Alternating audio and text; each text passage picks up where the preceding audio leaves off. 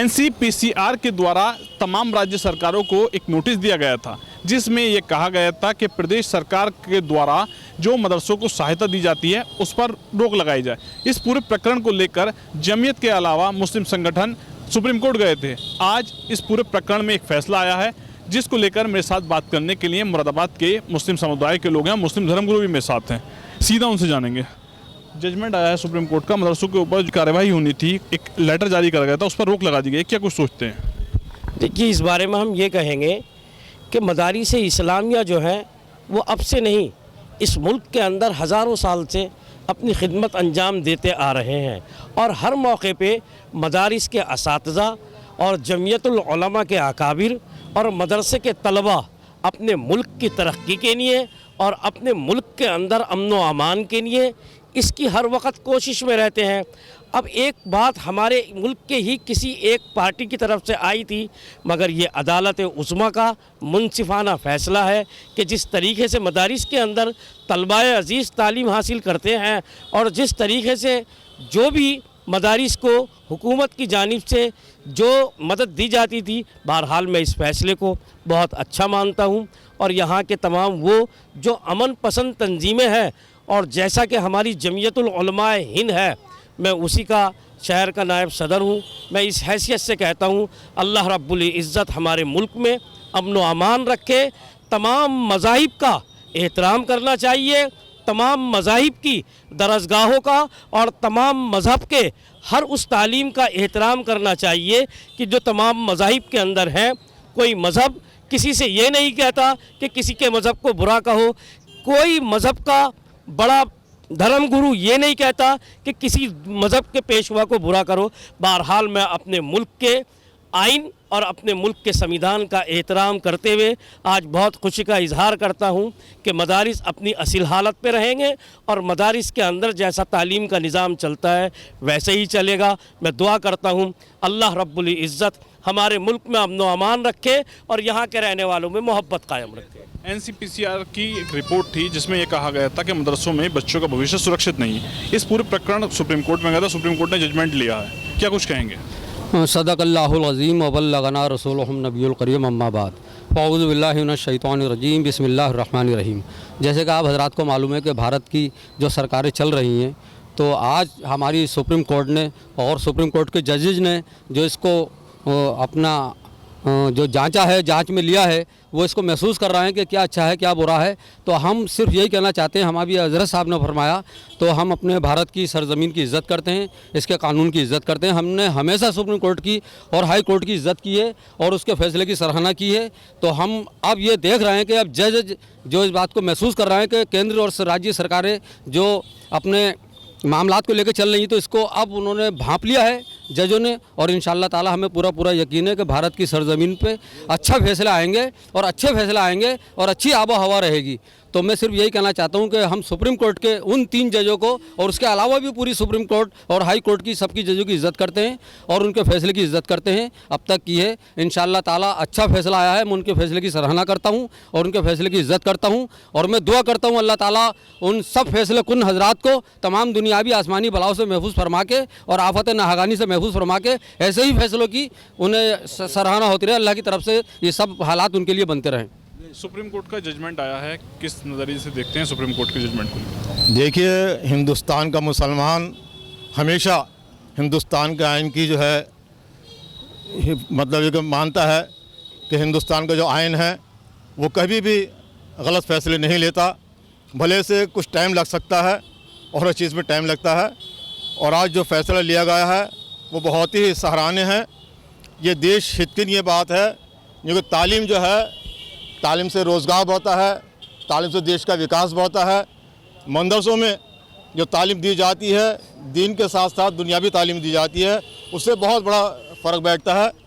और मैं फिर एक बार आपके माध्यम से जो हमारे हिंदुस्तान के आइन ने फैसला दिया है, मैं उनका शुक्रिया अदा करता हूँ, बहुत बहुत धन्यवाद अदा करता हूँ मैं उनका, कि ऐसे ही देश के आइन को बरकरार रखें और देश की जमन तमीज़ जो है वो बरकरार रहे।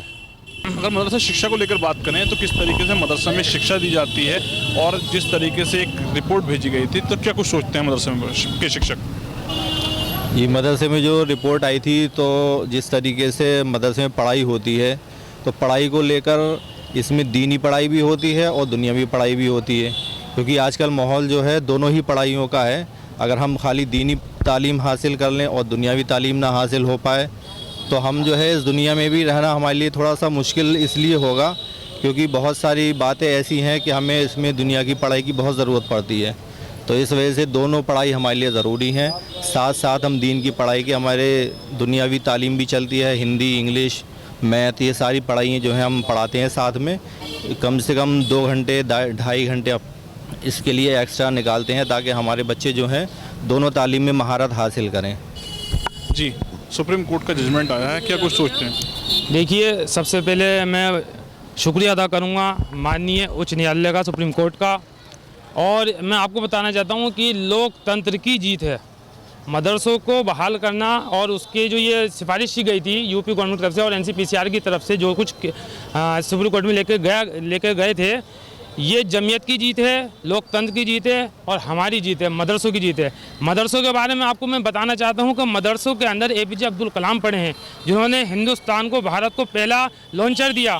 ठीक है, पहले शिक्षा मंत्री जिनका नाम अबुल कलाम आज़ाद है, उन्होंने भी मदरसे से ही तालीम हासिल की। और हम जैसे क्या कहते हैं मुसलमान भी मदरसों से ही पढ़ के आए हैं, जो आज हिंदुस्तान के अंदर, पूरे भारत के अंदर भारत की सेवाओं को प्रदान कर रहे हैं, खिदमत कर रहे हैं। तो ये बहुत बड़ा खुशी का मौका है और हमेशा इंसाफ जीतता है और ये एक इंसाफ की जीत है, लोकतंत्र की जीत है। सुप्रीम कोर्ट में गए इस पूरे मामले को लेकर जजमेंट आया है और उसके साथ ही जमीयत उलेमा हिंद के लीगल एडवाइज़र मौलाना काब रशीदी के द्वारा अपनी बात में कहा गया है।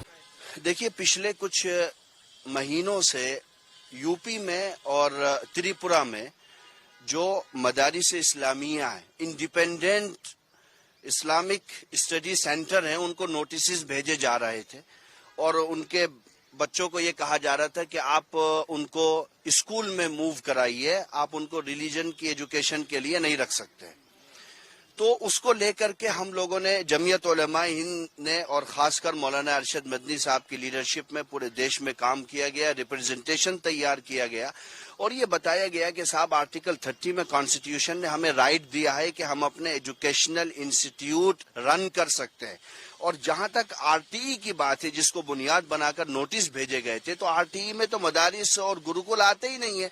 सुप्रीम कोर्ट की 5 जजों की जजमेंट था, बेंच का जजमेंट था ये। उसके बाद भी यूपी के अंदर और त्रिपुरा में कई मदरसों को बंद कराया गया, नोटिस भेजे गए, चीफ सेक्रेटरी की तरफ से तमाम जिला अधिकारियों को लेटर इशू किया गया। उसी को लेकर के जमीयत उलेमा हिंद ने चैलेंज किया था सुप्रीम कोर्ट में और आज सुप्रीम कोर्ट ने उन तमाम नोटिस पर स्टे कर दिया है, फिलहाल रोक दिया है। आगे कोई भी प्रोसेस स्टेट गवर्नमेंट नहीं कर पाएगी इस संबंध में। मैं समझता हूं कि ये भारत के संविधान की जीत है और संविधान में मिले हुए माइनॉरिटीज के जो अधिकार हैं, उनकी रक्षा सुप्रीम कोर्ट ने आज की है। आप लोग यूपी और त्रिपुरा का मामला लेकर आए थे, लेकिन आदेश क्या आया है? नहीं, आदेश सिर्फ, और ये भी बहुत अच्छी बात है कि सुप्रीम कोर्ट ने आदेश सिर्फ 2 स्टेट तक सीमित नहीं किया, बल्कि पूरे भारत राज्य में इस टाइप के जितने भी नोटिस हैं, सब पर स्टे कर दिया गया। और भी लोग हैं मेरे साथ बात करने के लिए। जिशान भाई, जिस तरीके से सुप्रीम कोर्ट का जजमेंट आया है, क्या कुछ कहेंगे? देखिए, इस चीज़ से साफ साबित हो जाता हैगा कि सरकार जो भी फैसले कर रही है वो बिना प्लानिंग के कर रही है, जज्बात में आन के कर रही है, वोटों की राजनीति के लिए कर रही है। और इस चीज़ से एक हमें दिली सुकून भी मिलता है, तसल्ली भी मिलती है कि आज भी संविधान जिंदा है और सरकार को इस चीज़ से सीख लेनी चाहिए कि कोई भी काम बिना प्लानिंग के ना करा जाए। मैं सुप्रीम कोर्ट का अपने पूरे हिंदुस्तान की आवाम की जानिब से बहुत बहुत शुक्रिया अदा करता हूं कि उन्होंने इस पर रोक लगाई और हमारे मुस्लिम भाइयों को इस फैसले से बहुत उम्मीदें थीं और बहुत खुशी है कि उन्होंने सरकार के इस फैसले पर रोक लगाई। एनसीपीसीआर के द्वारा एक रिपोर्ट पेश की गई थी तमाम प्रदेश सरकारों को, उस पर जजमेंट आया है सुप्रीम कोर्ट का, क्या कुछ कहेंगे? भाई सबसे पहले तो मैं आपको मीडियम वालों का, मीडिया का जो हमारे भाई उन्होंने बहुत अच्छा मतलब इस मुद्दों को उठाया और तमाम में मुरादाबाद की आवाम ने और पूरे हिंदुस्तान की आवाम ने बढ़ चढ़ कर हिस्सा लिया और सुप्रीम कोर्ट ने जो फैसला दिया है मैं उसका बहुत बहुत धन्यवाद हूँ, शुक्रिया अदा करता हूँ। अच्छा फैसला किया है कि मदरसों से जो अमन और सुकून जो फैलाया जाता है वो इस तरीके रोक लगाई जा रही थी, इसलिए मैं सुप्रीम कोर्ट का बहुत बड़ा फैसला अदा करता हूँ। इस तरीके से सुप्रीम कोर्ट का फैसला आया है, ये पूरे मतलब एक तरीके से ऐसा फैसला है कि उन लोगों के मुंह पे तमाचा है जो लोग नए नए कानून लाकर मंदिरों पर, मस्जिदों पर, मदरसों पर बुलडोजर चलाने का, ख़त्म करने का जो काम कर रहे थे। मैं संविधान आज जिंदा है और संविधान जिंदा रहेगा। सुप्रीम कोर्ट के वकीलों ने जो जजों ने फैसला किया है, मैं फिर उनका हरमतम करता हूँ और उनके लिए एक अच्छी बात कहता हूँ कि इस तरह का फैसला आने लगे तो एक भारत के अंदर एक अमन और सुकून रहेगा और बवाल होने से बचेगा। कोर्ट के इस जजमेंट को लेकर मुरादाबाद के मुसलमानों से बात की गई है। मुस्लिम धर्मगुरु और मुसलमानों के द्वारा अपनी अलग अलग प्रतिक्रिया दी है। शारिक सिद्दीकी, TV9 मुरादाबाद।